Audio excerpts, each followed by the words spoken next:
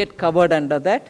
So this package of the PLI covers 10 different sectors, and I'm glad to say, initiated of course by Niti Aayog, Finance Ministry has worked together with these many ministries, MeitY, heavy industries, pharmaceutical, telecom, textiles, food processing, new and renewable energy, DPIT, the Industries Ministry, and also the Ministry of Steel. So the 10 different sectors chosen address the question of Atmanirbharta, address the question of global value chain linkage, address the question of labor-intensive sectors where we want jobs to be created and therefore investments to come in. Above all, sunrise sectors. Sunrise sectors in which India has grown into specializing. What are they? Advanced cell chemistry, planning for advanced cells, and the entire chemistry which goes with it will all be invested in, and therefore productivity linked incentive will be provided for that. Broad spectrum of things which come under electronics.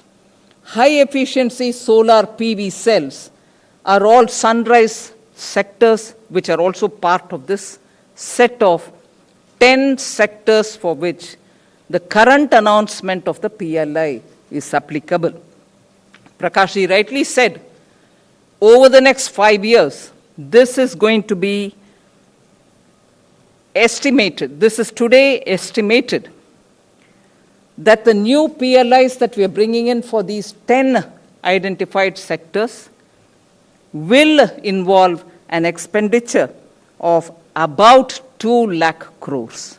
So this is something which we are very happy to announce that the Cabinet has given clearance for this.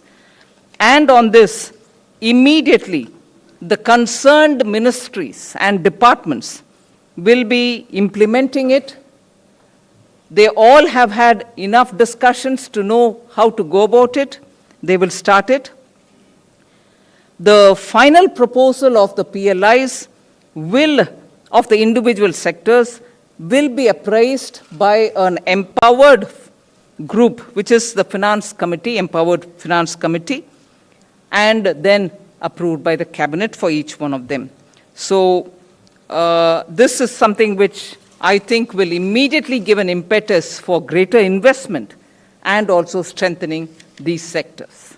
So that's about the PLI. The other is one continuation of a scheme which exists, but also revamping it to an extent that the financial support which has been extended all these years from 2006 of viability gap funding, of providing a viability gap fund for economic infrastructure will now be extended even for social infrastructure.